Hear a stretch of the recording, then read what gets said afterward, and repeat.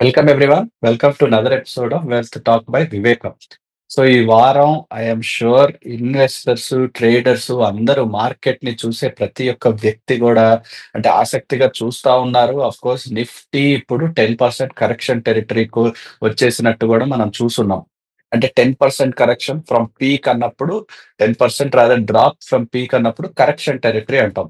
పోయిన వారం స్టార్ట్ కల్లా ఆల్మోస్ట్ నిఫ్టీ మిడ్ క్యాప్ ఏమో index already correction territory enter అయితే, ఇప్పుడు నిఫ్టీ 50 మెయిన్ ఇండెక్స్ కూడా కరెక్షన్ టెరిటరీలోకి వచ్చిందనే వాస్తవం అందరికీ తెలిసిందే. సో, దీనికి అంటే ఇన్వెస్టర్స్ అందరం గూడా వ్యూవర్స్ గూడా చాలా ఆసక్తిగా అసలు ఏంటి రీజన్స్ ఫర్ దిస్ ఫాల్, అసలు దీనికి ఎండ్ లేదా అని అనుకోవడం ఒక భాగం అయితే, ఇన్ జనరల్ మనం what could be factors this contribute అంటే న్యూస్‌లో చూస్తే ప్రతి వ్యక్తి గూడా చూసుండొచ్చు. మన ఇన్‌ఫ్లేషన్ గూడా ఎంత 1 ఇయర్ హైకి చేరుకున్నట్టు. అదే గాకుండా రీసెంట్‌గా ఆర్‌బీఐ వచ్చేసి ఇంకా రేట్ కట్ ప్రస్తుతానికైతే ఏమి అనౌన్స్ చేసే ఉద్దేశం లేదని గూడా చెప్పున్నారు. సో, ఈ ఇంట్రెస్ట్ రేట్ కట్ గురించి కొద్దో గొప్పో నియర్ షార్ట్ టర్మ్ గురించి క్లారిటీ ఇచ్చిన ఆర్‌బీఐని చూసి గూడా maybe this is one factor for this rapid downfall అని అనుకుంటున్నాం. అది గాకుండా ఇంకా వేరియస్ ఫ్యాక్టర్స్ అంటే ఈ మధ్య కార్పొరేట్ ఎర్నింగ్స్ గూడా కొంచెం టిమిడ్‌గా ఉండటం. అంటే అనుకున్న లెవెల్‌లో ఉండకపోవటం మనం చూస్తా ఉన్నాం. మనం ఈ నెల, ఈ క్వార్టర్‌లో కవర్ చేసిన రిజల్ట్స్ కూడా చూస్తా ఉంటే రిజల్ట్స్ కొన్ని సఫర్ అయినట్టుగా చూసున్నాం. Of course certain sectors and certain top stocks in those sectors are continuing to do well. But a broader లెవెల్‌లో చూస్తే కొంచెం టిమిడ్ ఉన్నది 100% వాస్తవమే. అది గాకుండా ఫారెన్ ఇన్‌స్టిట్యూషన్ ఇన్వెస్టర్స్ గూడా మనకు తెలిసిందే. అంటే మనీ తీసుకుంటూ వెళ్ళిపోతా ఉన్నారు. చైనా యొక్క స్టిమ్యులస్ ప్యాకేజ్ చూసి అయ్యుండొచ్చు. లేకపోతే ఈ గ్లోబల్‌గా ఈ ఎమర్జింగ్ కైండ్ ఆఫ్ మార్కెట్స్‌లో కొద్దో గొప్పో ఈ కరెక్షన్ చూసిన ఈ లార్జ్ ఇన్‌స్టిట్యూట్స్ ఈ ఎక్స్‌పోజర్ తగ్గించుకునే ఉద్దేశంలో చాలా వరకు విత్‌డ్రా చేసుకుంటూనే వచ్చారు. సో, ఇలా చాలా కారణాల వల్ల like you can attribute this recent turn to many factors. అదే గాకుండా మెయిన్‌గా పడతా ఉన్నప్పుడు ఇంకా మోస్ట్ ఇంపార్టెంట్ థింగ్ ఏంటంటే, మనం మార్జిన్ ఫండింగ్ ట్రేడర్స్, స్పెక్యులేటర్స్ ఎవరైతే మార్జిన్ ఫండింగ్ తీసుకొని పొజిషన్స్ తీసుకుంటారో అవి క్లోజ్ చేయాల్సిన టైం వచ్చింది. Because they are not able to meet the margin గాబట్టి అది చూసి ఇంకా పడతా ఉంటది. ఆ ఎండ్ గూడా ఎక్కడ ఆ ఫాలింగ్ నైఫ్ అంటాం. ఆ ఫాలింగ్ నైఫ్‌ని ఎప్పుడు పట్టుకోకూడదు. It will eventually land somewhere and అప్పటి నుంచి పాజిటివ్ సిగ్నల్స్ వచ్చే అవకాశం ఉంటది. సో, నెగెటివ్ న్యూస్ అంతా నేను చెప్పానైతే, ప్రసాద్ గారు ఇన్ జనరల్ దీనికి ఇంకేమైనా ఫ్యాక్టర్స్ ఉన్నాయంటారా? In general what has happened in the market? అదే గాకుండా ఇటువంటి సమయంలో అసలు ఎలా కొంచెం ధైర్యం ఎలా తెచ్చుకోవాలి? ధైర్యం ఎలా పెంచుకోవాలి? పాస్ట్‌లో రిటర్న్స్, రిజల్ట్స్ ఎలా ఉండినాయి అని దాని మీద మేబీ ఫ్యూ వర్డ్స్ చెప్పగలుగుతారా? ఇన్వెస్టర్స్‌ని భయపెట్టడానికి ఎన్ని రకాల కారణాలు కావాలో అన్నీ నువ్వు చెప్పేశావు యశ్వంత్.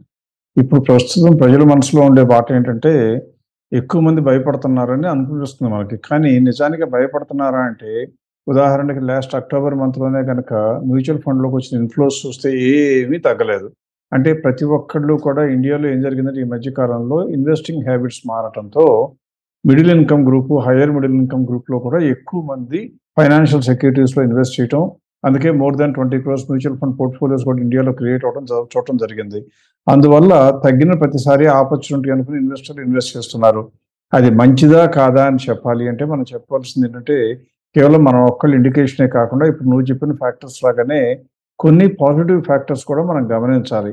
ఎందుకంటే ఎప్పుడు కూడా collective intelligence of all the investors together ఎప్పుడూ బావుంటుంది. అంటే మార్కెట్ పడిపోయినా, కోవిడ్ లాంటి సమయంలో అంత పడిపోయినా కూడా కొనుక్కున్నారు అంటే అందరూ కలిపి ఇంటెలిజెన్స్ ఉంటుంది. అందులో కొంతమందికి బావుంటదేమో, కొంతమంది భయపడతారేమో కానీ. ఇక్కడ మనం చెప్పాల్సిన ఫ్యాక్టర్స్ ఏంటంటే, నువ్వు చెప్పినట్టుగానే ఎఫ్ఐఎస్ అందరూ అమ్మేస్తున్నారు. ఎంత అమ్మేస్తున్నారు? ఉదాహరణకి ఇప్పటి వరకు ఎఫ్ఐఎస్‌కి ఇండియాలో ఉన్న ఈక్విటీ మార్కెట్‌లో ఎన్ని లక్షల కోట్లు ఇన్వెస్ట్ చేశారా అని చూస్తే 71,00,000 కోట్లు ఇన్వెస్ట్ చేశారు. కాసాకొస్తా అమౌంట్ కాదు. 71,00,000 కోట్ల వరకు ఎఫ్ఐఎస్‌కి ఇండియాలో ఇన్వెస్ట్‌మెంట్ ఉంటే, వీళ్ళు చెప్పిన విపరీతంగా అమ్ముతున్నారు అని చెప్పిన అక్టోబరు, నవంబర్ మనం ఈ ప్రోగ్రామ్ చేయడానికి నవంబర్ 14థ్ రికార్డ్ చేస్తున్నాం కాబట్టి 13థ్ వరకు వచ్చిన స్టాటిస్టిక్స్ చూస్తే కూడా ఎఫ్ఐఎస్ మొత్తం కలిపి క్యాష్ మార్కెట్‌లో అమ్మింది ఎంత అని చూస్తే 1,20,000 కోట్లు అమ్మారు. దాదాపుగా కొద్దిగా 5,000 అటు ఇటుగా ఉండొచ్చు. 1,20,000 కోట్లు. అందులో అదే సమయంలో డొమెస్టిక్ ఇన్‌స్టిట్యూషన్స్ అంటే మ్యూచువల్ ఫండ్స్ అవన్నీ ఎంత కొన్నారా అని చూస్తే దాదాపుగా 1,10,000 కోట్ల వరకు కొన్నారు. అంటే ఎంత మొత్తం మీద నెట్‌గా అమ్మింది 8,000-10,000 కోట్ల వరకు మాత్రమే 1 ½ మంత్‌లో అమ్మారు. అది కూడా ఎంత బేస్ మీద 71,00,000 కోట్ల మీద. 71 లక్షల కోట్లలో 8-9 లక్షలు అంటే that is not even 1%. So కాబట్టి దాని గురించి కంగారు పడాలా అంటే అసలు అర్ధరహితం. అది ఏమాత్రం భయపడక్కర్లా. ఎందుకంటే లాంగ్ టర్మ్ ఫోకస్‌తో వచ్చిన ఎఫ్ఐఎస్ ఎప్పుడు అమ్మవు. ఓన్లీ షార్ట్ టర్మ్ ఫోకస్‌తో ట్రేడర్స్ కోసం హాట్ మనీ వస్తేనే అమ్మటం జరుగుతుంది. కాబట్టి ఒక ఫ్యాక్టరు ఈ ఎఫ్ఐఎస్ సెల్లింగ్ కూడా కొంతకాలం అయిపోయినాక ఆగక తప్పదు. మార్కెట్ ఇంకో 5% పడిపోతే ఆటోమేటిక్‌గా ఆగుతుంది. నంబర్ 1. ఇక్కడి నుంచి చైనాకి వెళ్ళిపోతుంది అన్నారు. ఎప్పటి వరకు చైనాకి వెళ్ళిపోతాయి డబ్బులన్నీ కూడా? చైనాలో గనక మార్కెట్‌లో రేట్లు తక్కువగా ఉంటే వెళ్ళే అవకాశం ఉంటుంది. సెప్టెంబర్ నుంచి ఈ నవంబర్ వరకు చూస్తే చైనాలో మార్కెట్లు 25% పెరిగాయి. ఎందుకు? ఆ కంపెనీ లాభాలు పెరగల. ఆ కంపెనీలకు బిజినెస్ ఆపర్చునిటీస్ పెరగలేదు. కేవలం అక్కడున్న ప్రభుత్వం తక్కువ వడ్డీ రేట్లకి అప్పులు ఇస్తాను. మీ షేర్లు కూడా మీరు కొనుక్కోండి అనటంతో ప్రమోటర్లు అప్పులు తీసుకొని షేర్లు కొనుక్కోవడంతో పెరిగిన మాట ఒకటి. స్టిమ్యులస్ వస్తుంది ఎకానమీకి ఆశతో పెరిగింది ఒకటి. ఈ 2 కారణాల మూలంగా పెరిగింది. సో చైనాకి ఇంకా వెళ్ళిపోయే అవకాశం ఎందుకు పెద్దగా ఉండదు అంటే మోర్గాన్ స్టాన్లీ వాళ్ళు ఇచ్చినటువంటి ఇన్వెస్టబుల్ మార్కెట్ ఇండెక్స్ అని ఉంటుంది. అందులో ఇండియా యొక్క షేర్ అంతకుముందు హైయెస్ట్ ఉండేది. అంటే ఎమర్జింగ్ మార్కెట్స్‌లో ఉన్న వాటిలో ఇన్వెస్టబుల్ మార్కెట్ ఇండెక్స్‌లో ఇండియాకి హైయెస్ట్ షేర్ ఉంటే అది ఈ కరెక్షన్ పుణ్యమా అని ఇండియా షేర్ ఏమో కొద్దిగా తగ్గింది. ఈ ఎఫ్ఐఎస్ కాస్త కోస్తా అమ్మటం మూలంగా తగ్గి ఏం పెరిగింది? చైనాకి 24% అయిపోయింది. అంటే China has become on the top again. ఇక్కడ మనం గమనించాల్సింది ఏంటంటే చైనాకున్న టోటల్ మార్కెట్ క్యాపిటలైజేషన్‌లో దాదాపుగా 40% వరకే ఉన్న మనం నిన్నటి వరకు అంటే కేవలం 2 మంత్స్ క్రితం వరకు కూడా top destination of the world investors ఉన్న మనం ఒక్కరోజు కిందకి పడిపోయి కిందకి ఎక్కడికో వెళ్ళిపోయాం. కాబట్టి ఈ వెళ్ళిపోవడం అనేది ఆగక తప్పదు అని గమనించాలి. రెండవది ఎప్పుడు ఫారిన్ ఇన్వెస్టర్స్‌కి అందరికీ కూడా ఫారిన్ ఇన్స్టిట్యూషనల్ బ్రోకర్స్ హెల్ప్ చేస్తా ఉంటాయి. మోర్గాన్ స్టాన్లీ చెప్పిందేంటంటే రాబోయేటువంటి 2 ఇయర్స్‌లో 3, 4 ఇయర్స్ కాదు. 2027 ఫైనాన్షియల్ ఇయర్‌కి వచ్చేటప్పటికి అంటే ఇక్కడి నుంచి కరెక్ట్‌గా 2 ఇయర్స్ అండ్ 6 మంత్స్ కన్నా తక్కువ సమయంలో ఆ టైం వచ్చేటప్పటికి ఇండియా యొక్క జీడీపీ $6.2 ట్రిలియన్ అవుతుంది అని ప్రెడిక్ట్ చేస్తుంది. ఇప్పుడు ఉన్నది ఎంత 4.3నో 4.4 రేంజ్‌లో ఉంటుంది. అంటే ఇక్కడి నుంచి కూడా దాదాపుగా 40% కన్నా ఎక్కువ జీడీపీ పెరుగుతుంది అని చెప్పింది. జీడీపీ పెరిగినా ఒకవేళ కార్పొరేట్ ఎర్నింగ్స్ పెరగవేమో అని భయపడటానికి ఇన్వెస్టర్లు అవకాశం లేకుండా ఇండియాలో ఉన్న లిస్టెడ్ కంపెనీల యొక్క కార్పొరేట్ ఎర్నింగ్స్ కూడా 18-20% పర్ ఇయర్ పెరుగుతాయి అని చెప్పారు. అంటే ఇప్పటి వరకు పెరగలేదు. అంటే నువ్వు ఇంట్రడక్షన్‌లో చెప్పినట్లుగా కార్పొరేట్ ఎర్నింగ్స్ పెరగట్లేదు అన్నారు. పెరగలేదు కరెక్టే. ఎంత పెరగలేదయ్యా? పోనీ అంత విపరీతంగా పడిపోయినాయా? పడిపోలేదు. పెరగటం కొద్దిగా తక్కువ పెరిగాయని తగ్గిందని చెప్తున్నారు. సో కాబట్టి ఆ తగ్గటం మొదలైపోయి నెగెటివ్‌లోకి వెళ్ళిపోయే అవకాశం ఉందా అంటే ఉండే అవకాశం లేదని మోర్గాన్ స్టాన్లీ ఊహ. అలాగే మోర్గాన్ స్టాన్లీ దేశం పెరుగుతుందంటుంది. కార్పొరేట్లు పెరుగుతున్నాయి అంటున్నారు. ఇన్వెస్టర్లు పెరుగుతున్నారు. ఇన్ని లక్షల కోట్లు మనకి ఎఫ్ఐఎస్ అమ్మినా దానికి సరిపడా ఇండివిడ్యువల్ ఇన్వెస్టర్లు మ్యూచువల్ ఫండ్‌లో పెట్టి మ్యూచువల్ ఫండ్ ద్వారా ఇన్వెస్ట్‌మెంట్లు చేస్తున్నారు. సో భయపడవలసింది ఎవరు? నువ్వు ఆఖరిలో చెప్పినటువంటి మార్జిన్ ఫండింగ్ ఇన్వెస్టర్లు. ఎవరెవరైతే కొత్త ఏజ్ ఇన్వెస్టర్లు వచ్చి ఆలోచన లేకుండా, అవగాహన లేకుండా కేవలం ఆవేశం, ఆత్రం ఇటువంటి భావనలతో మాత్రమే మార్కెట్‌లో ఎంటర్ అయ్యేవాళ్ళు అప్పు చేసుకొచ్చి కొనుక్కున్న వాళ్ళకి ఏమొస్తుందంటే రేట్లు తగ్గితే మార్జిన్ ఫండింగ్ కట్టాలంటే వాళ్ళకి ఆల్రెడీ అప్పు తీసుకున్నారు కాబట్టి సరిపడా డబ్బులు లేకపోవడంతో ఎవరైతే అప్పు ఇచ్చారో వాళ్ళు వాళ్ళ సేఫ్టీ కోసం షేర్స్ అన్నీ అమ్ముతారు. అంటే నిజంగా కంపెనీ బాలేదని అమ్మే వాళ్ళకన్నా వాళ్ళ డబ్బులు ప్రొటెక్ట్ చేసుకోవడానికి అమ్మేవాళ్ళు వచ్చినప్పుడు రేటు చూడరు. ఎంత రేటుకైనా అమ్మేస్తారు. కాబట్టి ఇంకా ప్రెసిపిటేట్ అయిపోయి ఫాల్ వస్తుంది తప్పితే ఇంకా పడిపోవడానికి కార్పొరేట్ ఎర్నింగ్స్ డిసప్పాయింటింగ్‌గా లేవు. ఒక్క స్టాటిస్టిక్స్ చెప్పాలంటే ప్రస్తుతం నిఫ్టీలో ఉన్న ఇండెక్స్‌లోనే చూస్తే మనం నిఫ్టీ ఇండెక్స్‌లో ఉన్న 50 షేర్లన్నీ కలిపి ఎర్నింగ్స్ ఎలా ఉన్నాయని చూసాను ఇప్పుడే నేను. చూస్తే 2024 జూన్ క్వార్టర్‌కి అంతకుముందు మార్చ్‌లో ఉన్న ట్రైలింగ్ 12 మంత్స్‌తో పోలిస్తే 2.2% ఎర్నింగ్స్ పెరిగాయి. ఎంత? 2.2%. అంతకు ముందు క్వార్టర్‌లో మాత్రం దాదాపుగా 8% పెరిగాయి. తర్వాత 2.2%. ఇప్పుడు 2024 సెప్టెంబర్ రిజల్ట్స్ కూడా వచ్చేసాయి కాబట్టి ఇందులో ఎంత పెరిగాయని చూస్తే దాదాపుగా 1.9% పెరిగాయి. 2.2% పెరిగితేనేమో బావుందని కొనుక్కుంటాం. 1.9% పెరిగితేనేమో బావుండవు అనుకుంటాం అంటే ఇదంతా కూడా మార్కెట్‌లోనూ, టీవీల్లోనూ ఎనాలిసిస్ చెప్పేటువంటి అనలిస్టులు వాళ్ళ వాదన సమర్థన కోసం ఎక్కువ మంది చెక్ చేయని ఇన్వెస్టర్ల ఉద్దేశంతో ఏదో ఒక భాషని చెప్పడమే తప్పితే అందులో నా లెక్క ప్రకారం సరైనటువంటి ఎవిడెన్స్ లేనేలేదు. కాబట్టి ఇవన్నీ కూడా తీసి పక్కన పెట్టేస్తే మోర్గాన్ స్టాన్లీ చెప్పి ఇండివిడ్యువల్ ఇన్వెస్టర్లు కొన్ని అన్నీ బాగున్న ఇండియా గురించి భయపడవలసిన అవసరం లేదు, ఉండకూడదు కూడా. కాబట్టి భయపడకూడదు. మనం తర్వాత కాంటెక్స్ట్‌లో ఇవాళే మనం ఈ వీడియోలోనే ఏం చేద్దామంటే గతంలో చేసినటువంటి చరిత్రను కూడా ఒకసారి తీసుకుని, ఆ సమయంలో ఎలా రికవరీ వచ్చిందో కూడా చెప్పే ప్రయత్నం చేద్దాం. ప్రస్తుతానికి మాత్రం భయానికి స్కోప్ లేదు అని మాత్రం గమనిస్తే చాలు.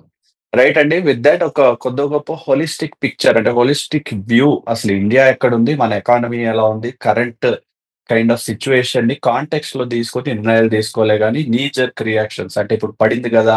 లేకపోతే పెరిగే అవకాశాలు 2 రోజుల్లో మళ్ళీ పెరిగిద్ది. ఈ కైండ్ ఆఫ్ ట్రేడింగ్ స్పెక్యులేటివ్ మెంటాలిటీలోకి అసలకి వెళ్ళకూడదు. Everything with fundamentals in view మనం ఎప్పుడు కాన్ఫిడెంట్ గానే ఉండొచ్చు. సో, ఇప్పుడు ప్రసాద్ గారు ఇప్పుడు వెన్ యూ కవర్డ్ థిస్ ఇప్పుడు చెప్పారు. కానీ ఇటువంటి సమయంలో అసలు జనరల్‌గా చాలా మంది వెన్ మార్కెట్ ఈస్ కరెక్టింగ్ 10% బ్రహ్మాండమైన ఇన్వెస్టింగ్ ఆపర్చునిటీ అని చెప్తా ఉంటారు. 10% పడితే ఒక లెక్క, 15% అలాగే 20% పడితే how is the return shaping up? అంటే ఈ టైంలో కొద్దో గొప్పో మనకి సర్ప్లస్ ఏవన్నా ఇన్వెస్ట్‌మెంట్ అమౌంట్ ఉంటే ఇన్వెస్ట్ చేయడానికి ఇది రైట్ టైమా? లేకపోతే ఇంకా వెయిట్ చేయాలా? To get some sort of clarity. ఇప్పుడు కూడా మనం ఒక వీడియోలో ఇంతకుముందు 2, 3 వీడియోస్ క్రితం కవర్ చేసాం యశ్వంత్. ఏంటి మార్కెట్‌లో కరెక్షన్స్ ఎన్ని రోజులుంటాయో, బయాన్సీ కూడా అన్ని రోజులు దాదాపుగా ఉంటుంది. అంటే 50% వరకు ఉంటుంది. మిడ్ క్యాప్‌లో అయితేనేమో 55% వరకు కరెక్షన్ మోడ్‌లో ఉండి మిగతా టైముల్లో బావుంటుంది అనుకున్నాం. అందువల్ల కరెక్షన్ టైమ్‌లో కొనుక్కునే వాళ్ళకి లాభాలేమో ఏమాత్రం జంకు లేకుండా బ్రహ్మాండంగా వస్తా ఉన్నాయి. కరెక్షన్ కాకుండా అంతా మార్కెట్ హీట్ అయిపోయిన తర్వాత హాట్‌గా ఉన్నప్పుడు పైన ఎంటర్ అయ్యే వాళ్ళకేమో టెంపరరీగా షార్ట్ టర్మ్‌లో లాస్‌లు వస్తా ఉంటాయి. లాంగ్ రన్‌లో మార్కెట్ కరెక్షన్ వచ్చినా పెరుగుతూనే ఉంటుందనేది ఎవ్వరూ కాదనలేని ఫ్యాక్ట్ అది. సో, కాబట్టి మనం చెప్పాల్సిందంటే ఈ రోజున మన ఇన్వెస్టర్స్ అందరికీ కూడా మనతో డీల్ చేసినా, వాళ్ళంతట వాళ్ళు చేసుకున్న ధైర్యం ఎందుకు రావాలో చెప్పడానికి వీలుగా కొన్ని ఇమేజెస్ ప్రెజెంట్ చేస్తూ ఎక్స్‌ప్లెయిన్ చేయడానికి ప్రయత్నిస్తాను. ఇప్పుడు మొట్టమొదట మీరు చూస్తున్నది స్క్రీన్ మీదే గనుక చూసినట్లయితే నిఫ్టీ కరెక్షన్స్ 2000 నుంచి 2024 వరకు. అంటే దాదాపుగా 6300, 6200 ట్రేడింగ్ డేస్ తీసుకుంటే అందులో 2958 డేస్‌లో నిఫ్టీ కరెక్షన్‌లో ఉంది. నిఫ్టీ కరెక్షన్ అంటే ఎప్పుడు చెప్తాం మనం? టెక్స్ట్ బుక్ డెఫినిషన్ లాగా చెప్పాలి అంటే రీసెంట్ పీక్‌లో నుంచి గనక 10% పడిపోతే కరెక్షన్ అంటారు. 15% పడిపోతే ఇంకొద్దిగా కరెక్షన్. 20% పడిపోతే గనక దాదాపుగా కరెక్షన్ అంతకన్నా తగ్గే అవకాశాలు బాగా తక్కువ అని చెప్తారు. సో, 10, 15, 20% తీసుకుంటే కనుక 10 ఉన్నా, 15 ఉన్నా 20% ఒకే రకంగా భావిస్తే 2958 రోజులున్నాయి. ఇక్కడ ఇలాగే మనకి ఇందులో చూసిన తర్వాత మనం చూడవలసిందేంటంటే మిడ్ క్యాప్‌లో కూడా చూద్దాం. మిడ్ క్యాప్ అనేటువంటి ఇండెక్స్ ఇండియాలో 2005లో స్టార్ట్ అయింది కాబట్టి అప్పటి నుంచి చూస్తే కొద్దిగా నంబర్ ఆఫ్ ట్రేడింగ్ డేస్ తక్కువుంటాయి. అందులో కూడా 2598 ట్రేడింగ్ డేస్‌లో ఈ కరెక్షన్స్ వచ్చాయి. ఈ 2 ఇండెక్స్‌లు కూడా నువ్వు చెప్పినట్లుగా అక్టోబర్ 25నేమో మిడ్ క్యాప్ కరెక్షన్‌లోకొచ్చింది. మళ్ళీ ఇప్పుడు కరెక్షన్‌లో ఉంది. నిఫ్టీ మాత్రం ఇవాళ అంటే నవంబర్ 13థ్ ఫస్ట్ టైమ్ కరెక్షన్ మోడ్‌లోకొచ్చింది ఈ మధ్య కాలంలో. సో, ఈ మధ్య కాలంలో వచ్చిన తర్వాత ఇన్వెస్ట్ చేయాలా అంటే చేయాలి. ఏం కొనుక్కోవాలి అంటారు. ఇక్కడ మనం ఏం చేద్దామంటే ఇన్వెస్టర్స్‌ని 3 రకాల కేటగరీస్ కింద డివైడ్ చేయడానికి ప్రయత్నించొచ్చు. ఎందుకు అంటే ఎవరు ఏ రకమైన ఇన్వెస్ట్‌మెంట్ ప్యాటర్న్ ఫాలో అయితే మంచిదో చెప్పటం మన యొక్క కర్తవ్యం. ఒకటి నేను ఎవరిని నమ్మను. ఎవరి మీద డిపెండ్ అవ్వను. స్టాటిస్టిక్స్ ఉంటే నాకు సపోర్టింగ్‌గా ఉంటే నేను కొనుక్కుంటాను అనుకునేవాడు ఒక కేటగరీ. అంటే ఎట్టి పరిస్థితుల్లోనూ ఏ అడ్వైజరు అవ్వక్కర్లేదు. ఎవరు అవ్వక్కర్లేదు. ఎవరికీ ఒక రూపాయి చెల్లించడం నాకిష్టం లేదు. బికాజ్ వాళ్ళ క్రెడిబిలిటీ డౌట్ అనేవాళ్ళు ఒకళ్ళు. రెండో వాళ్ళు కొద్దో గొప్ప మ్యూచువల్ ఫండ్ మేనేజర్లు ఉంటారు కాబట్టి, ఇలాంటి సమయంలో నేను ఇండివిడ్యువల్ వ్యక్తుల్ని నమ్మే బదులు సంస్థల్ని నమ్మడానికి ఇష్టపడతాను. సో, మ్యూచువల్ ఫండ్ వైపు దృష్టి సారిస్తాను అనుకునేవాళ్ళు రెండవ కేటగరీ. మూడవ కేటగరీ ఏంటంటే కొద్దో గొప్పో నాలెడ్జ్ ఉండి, మాట్లాడే దానిలో సెన్స్ ఉండి, ఒక ప్రాసెస్ ప్రకారం, పద్ధతి ప్రకారం పనిచేస్తూ అంటే విమ్సికల్‌గా మాట్లాడని వాళ్ళు ఎవరైనా ఉంటే వాళ్ళని ఫాలో అవుతాననేవాళ్ళు మూడో కేటగరీ. అంటే ఇందులో అత్యంత జాగ్రత్తగా ఉండే ఇన్వెస్టర్లు మొదటి కేటగరీ, కొద్దిగా బయటికి చూసేవాళ్ళు రెండవ కేటగరీ, మూడో వాళ్ళు యాక్చువల్‌గా ఓపెన్ మైండెడ్ ఉన్నాడనమాట. ఇందులో మొట్టమొదటి కేటగరీ గురించి చెప్పాలంటే నేనేం చేస్తానంటే, ఒకసారి ఇప్పుడు స్లైడ్‌ని మళ్ళీ ప్రెజెంట్ చేస్తున్నాను. స్క్రీన్ మీద గనక చూసినట్లయితే నేనేం చేశానంటే 2010లో ఎన్ని కరెక్షన్స్ వచ్చినాయా అని చూస్తే 281 కరెక్షన్స్ డేస్‌లో ఉంది నిఫ్టీ. ఆ సమయంలో ఎందుకు ఇన్వెస్ట్ చేయాలి అనే బదులుగా ఆల్రెడీ ఇన్వెస్ట్ చేయాలి అని మనం చెప్తున్నాం కాబట్టి 10% ఉన్నా, 15% ఉన్నా, 20% ఉన్నా అంటే మీరు కనుక 10% పడిపోతే కొనుక్కున్న తర్వాత మార్కెట్ ఇంకా పడొచ్చు. 15కెళ్ళొచ్చు, 20కెళ్ళొచ్చు. అయినా కూడా మీరు భయపడనవసరం లేదు. ఎందుకు అంటే ఇప్పుడే చూపించబోతున్నాను. పైగా ఈ 10% నుంచి 20% కరెక్షన్ అవ్వడానికి చాలా ఎఫర్ట్, విపరీతమైన నెగెటివ్ ఫ్యాక్టర్స్ రావాలి. అదృష్టవశాత్తు ఇండియాలో అంత నెగెటివ్ ఫ్యాక్టర్స్ లేవు కాబట్టి 20% వెళ్ళటానికి అవకాశాలు తక్కువున్నాయి. లేవు అని చెప్పటం లేదు.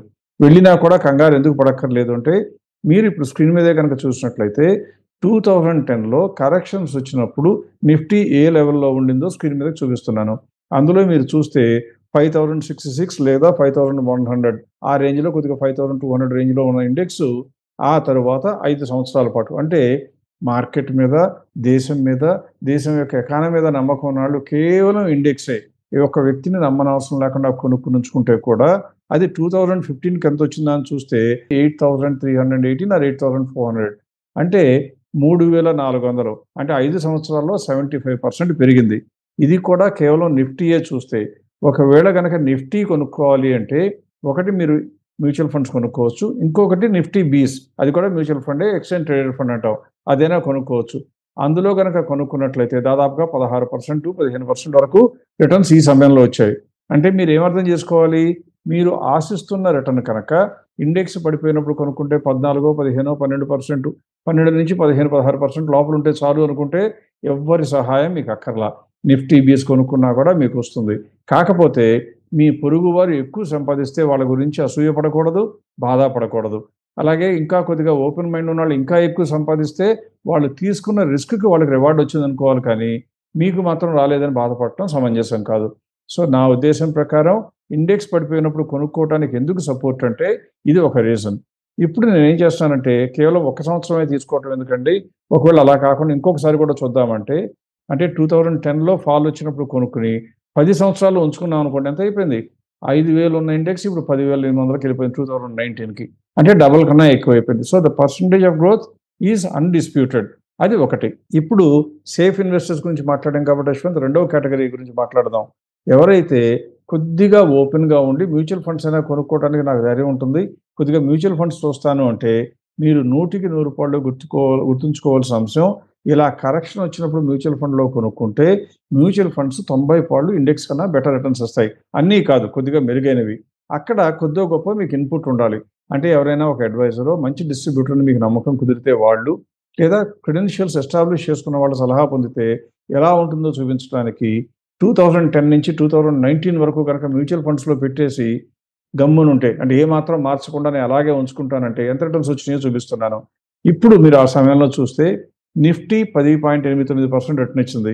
ఆల్రెడీ మీకు చెప్పాను. నిఫ్టీ బీస్‌లో కొనుక్కుంటే ఇంకా ఎక్కువ వస్తుందని.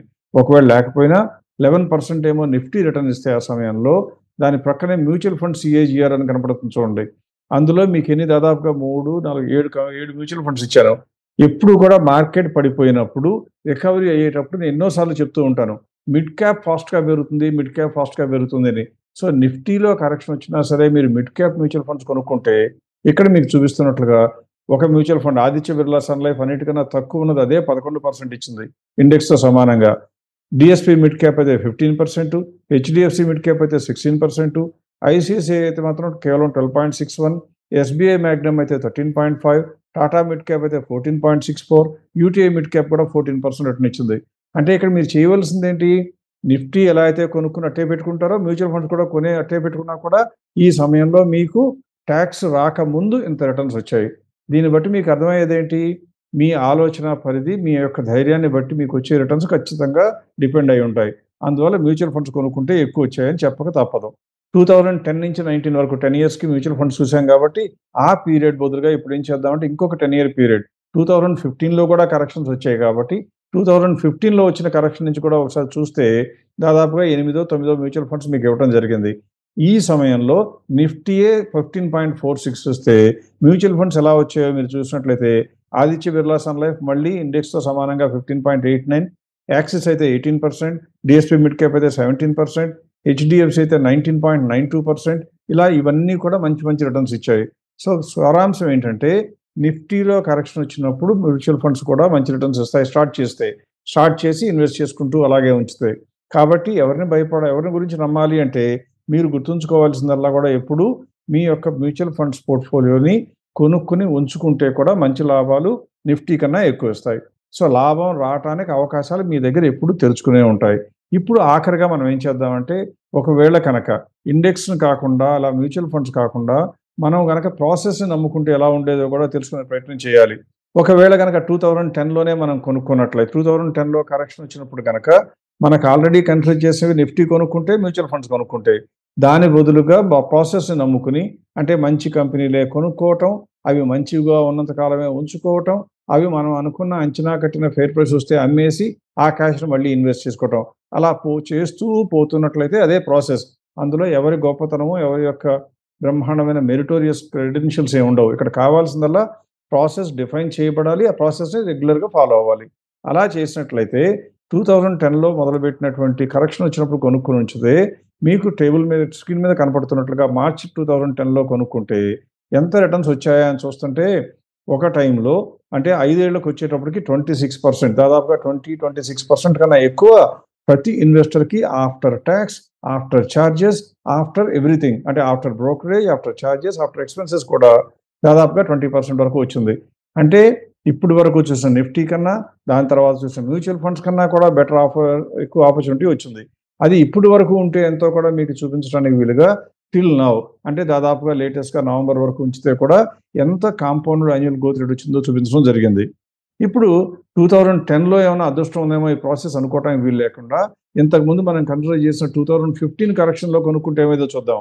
అది కూడా మన సెప్టెంబర్ నెలలో కరెక్షన్‌లో ఉంది కాబట్టి ఆ కరెక్షన్‌లో 10% 15% కరెక్షన్ ఉన్నప్పుడు ఏ మాత్రం జంకకుండా ప్రాసెస్‌ని నమ్ముకొని మొదలుపెడితే మనకి ఎంత రిటర్న్స్ వచ్చినాయి? ఒక్క సంవత్సరంలోనే 50% కన్నా ఎక్కువ రిటర్న్ వచ్చినాయి. 2015లో కొనుక్కుంటే ఒక్క సంవత్సరంలోనే 50%. 3 ఏళ్ళు ఉంచుకుంటే సంవత్సరానికి దాదాపుగా 35, 40% వచ్చింది. 5 ఏళ్ళు ఉంచుకుంటే మళ్ళీ 20%, 17% దాకా వచ్చింది. అంటే ప్రాసెస్ గనక నమ్ముకుంటే దానికన్నా మెరుగైన రిటర్న్స్ వచ్చాయి అని తెలిసింది. ఆఖరిగా 2018 యాస్ లేట్ యాస్ 2018లో కూడా చూస్తే ఆ 10% కరెక్షన్ వచ్చినప్పుడు కొనుక్కుంటే మనకి 3 ఏళ్లలో అంటే 2018లో కొనుక్కుంటే 21 వచ్చేటప్పటికి 28%, 29, 30% వచ్చినట్టుగా కనపడుతుంది. అవన్నీ కూడా గ్రాఫ్‌లో కనపడుతున్నాయి. ఇక్కడ ఈ డీటెయిల్స్ అన్నీ ప్రెజెంట్ చేయడానికి మీకు కారణం ఏంటంటే, మీకు నమ్మకం కలగవలసినది మంచి కంపెనీలు కొనుక్కొని, మనం కొనుక్కున్న కంపెనీ లాభాలు పెరిగేటువంటి ప్రాసెస్‌ని ఫాలో అయితే లాభాలు రావటం, ఆపటం ఎవరి వల్ల కావదు. ఎట్టి పరిస్థితుల్లో వీలవ్వదు. వస్తూనే ఉంటాయి. అందువల్ల ఇంత ఎవిడెన్స్ ఇంత స్ట్రాంగ్‌గా ఉంటే అంటే దాదాపుగా ప్రతిసారి కూడా మనకి లాభాలు ఎక్కువొస్తున్నప్పుడు భయపడవలసిన అవసరం ఉంటుందా అంటే ఉండదు. ఉండకూడదు. సో, ఇన్వెస్టర్స్ ఎట్టి పరిస్థితుల్లో కూడా మార్కెట్‌లో కరెక్షన్ అనేది దేవుడు మనకిచ్చిన మహా బ్రహ్మాండమైన అవకాశంగా భావించాలే కానీ, అది మనకొచ్చినటువంటి ఉపద్రవంలాగా భావిపడవలసిన అవసరం లేదు. Because market fundamentals are good.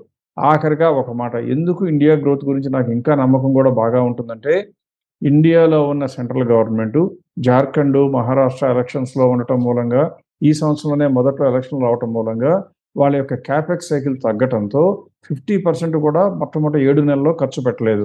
ఇప్పుడు ఈ జార్ఖండ్, మహారాష్ట్ర ఎలక్షన్స్ అయిపోయిన తర్వాత ఫుల్ స్పీడ్‌లో వెళితే ఒకవేళ చైనాలో ఇచ్చిన స్టిమ్యులస్‌లో నాలుగో వంతు ఇండియాలో ఇచ్చినా కూడా మార్కెట్ 10% కాదు 20% పెరగటానికి చాలా తేలిగ్గా ఉంటుంది. మోర్గాన్ స్టాన్లీ నమ్మి, మన ప్రభుత్వం నమ్మి, కొద్దో గొప్పో నంబర్ల ఆధారంగా మాట్లాడే మేము నమ్ముతూ ఉన్న అటువంటి థియరీని మీరు నమ్మకపోయినా శంకించవలసిన అవసరం లేదు మాత్రం చెప్పగలను. సో, ఎట్టి పరిస్థితుల్లో భయపడవలసిన అవసరం లేదు. కొనుక్కోవటానికి రెడీగా ఉండాలి. కాకపోతే ఒక్కటే గుర్తుంచుకోండి. మొత్తం డబ్బులు వెంటనే పెట్టక్కర్లేదు. మీరు గనక ఒక 10,00,000 పెడదాం అనుకుంటే వెంటనే 2,50,000 పెట్టడానికి ఇదే సమయం. ఇంకా కొద్దిగా తగ్గితే ఇంకొక 2,50,000. ఎప్పుడైనా మార్కెట్ తగ్గటం ఆగిపోయి పెరగటం మొదలుపెడితే మిగతా డబ్బులు మొత్తం పెట్టేయొచ్చు. ఇలా పెట్టడానికి గనక రెడీగా ఉన్నట్లయితే మీకు రాబోయే రోజుల్లో అంతకుముందు మిస్ అయిన ఆపర్చునిటీస్ కూడా మళ్ళీ తిరిగి మీ చెంతకొస్తాయని గమనించండి. At the same time programme చూసే కొంతమందికి అనుమానం రావచ్చు. ఆల్రెడీ ఇన్వెస్ట్ చేసి పోర్ట్‌ఫోలియోలో ఇరుక్కుపోయి ఉన్నాను. నాకు లాస్‌లు వస్తున్నాయండి అంటారు. మీకు ఎన్నో సార్లు మేము తరచూ గతంలో చెప్పడం జరిగింది. మీ పోర్ట్‌ఫోలియోలో ఉన్న షేర్లు ఎలా అయితే తగ్గాయో పెద్ద పెద్ద కంపెనీలు నిఫ్టీలో ఉన్న షేర్‌లో కూడా ఉదాహరణకు చెప్పాలి అంటే 50 షేర్లు నిఫ్టీలో ఉంటే అందులో 27 షేర్లు గ్రోత్‌లో ఉండి లాభాలు పెంచుకుంటూ 30% కన్నా తక్కువ ఫెయిర్ ప్రైస్‌కి తక్కువలో డిస్కౌంట్ అవుతున్నాయి. అంటే అర్థం ఏంటి? నిఫ్టీలోనే 27 షేర్లు మీకు కొనుక్కోవడానికి అందుబాటులో ఉంటున్నాయి. ఇది 30% గ్యాప్‌తో. అందువల్ల నిఫ్టీలోనే అన్ని షేర్లు అందుబాటులో ఉన్న మనకి మార్కెట్ ఇచ్చినటువంటి అవకాశాన్ని వాడుకొని మీ పోర్ట్‌ఫోలియోలో ఉన్న వీక్ షేర్స్‌ని కనీసం ఇప్పటికైనా ఇంకా వదలటానికి భయపడకుండా ఆ వీక్ షేర్స్‌ని, చిన్న షేర్‌లని వదిలించుకొని పెద్ద షేర్‌లోకి మూవ్ అవ్వటానికి అవకాశం ఇదే సమయం అని గమనించండి. ఇవి పెరగకుండా మీ చిన్న షేర్లు పెరగవు. కాబట్టి ఇవి పెరిగినప్పుడు మీకు ఆటోమేటిక్‌గా లాభాలు వెనక్కొస్తాయి. అంత మోజు తగ్గకపోతే ఇవి పెరిగిన తర్వాత ఇవి అమ్మేసి మళ్ళీ మీరు షేర్లు కొనుక్కోవచ్చు. కానీ రీబాలన్స్ చేయటానికి, రీషఫుల్ చేయటానికి ఇది బ్రహ్మాండమైన అవకాశం అని మాత్రం గమనించండి. Go for growth. Go only for growth. అంతేగాని ఎట్టి పరిస్థితుల్లో ఆశల కోసం ఇంతకుముందు గతంలో కొన్నట్టుగా డిఫెన్స్ స్టాక్స్ హెచ్చు రేట్లో, రైల్వే స్టాక్స్ హెచ్చు రేట్లో, విపరీతమైన రేట్లో మాత్రం కొనే ప్రయత్నం చేయకండి.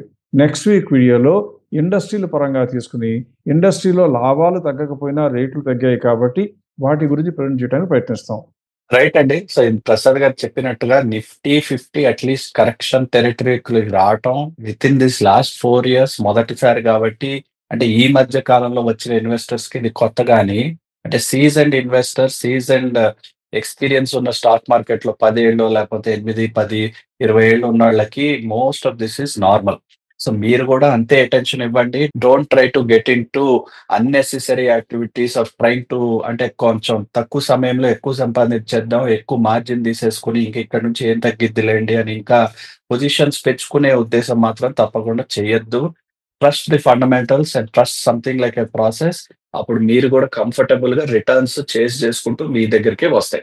సో, ప్రసాద్ గారు చెప్పినట్టుగా వచ్చే వారం ఇండస్ట్రీ లెవెల్ ఎక్స్‌పోజర్ తీసుకొని ఇంకొంచెం రీసెర్చ్ చేసే ప్రయత్నం చేద్దాం. See you again next week. Thank you for watching.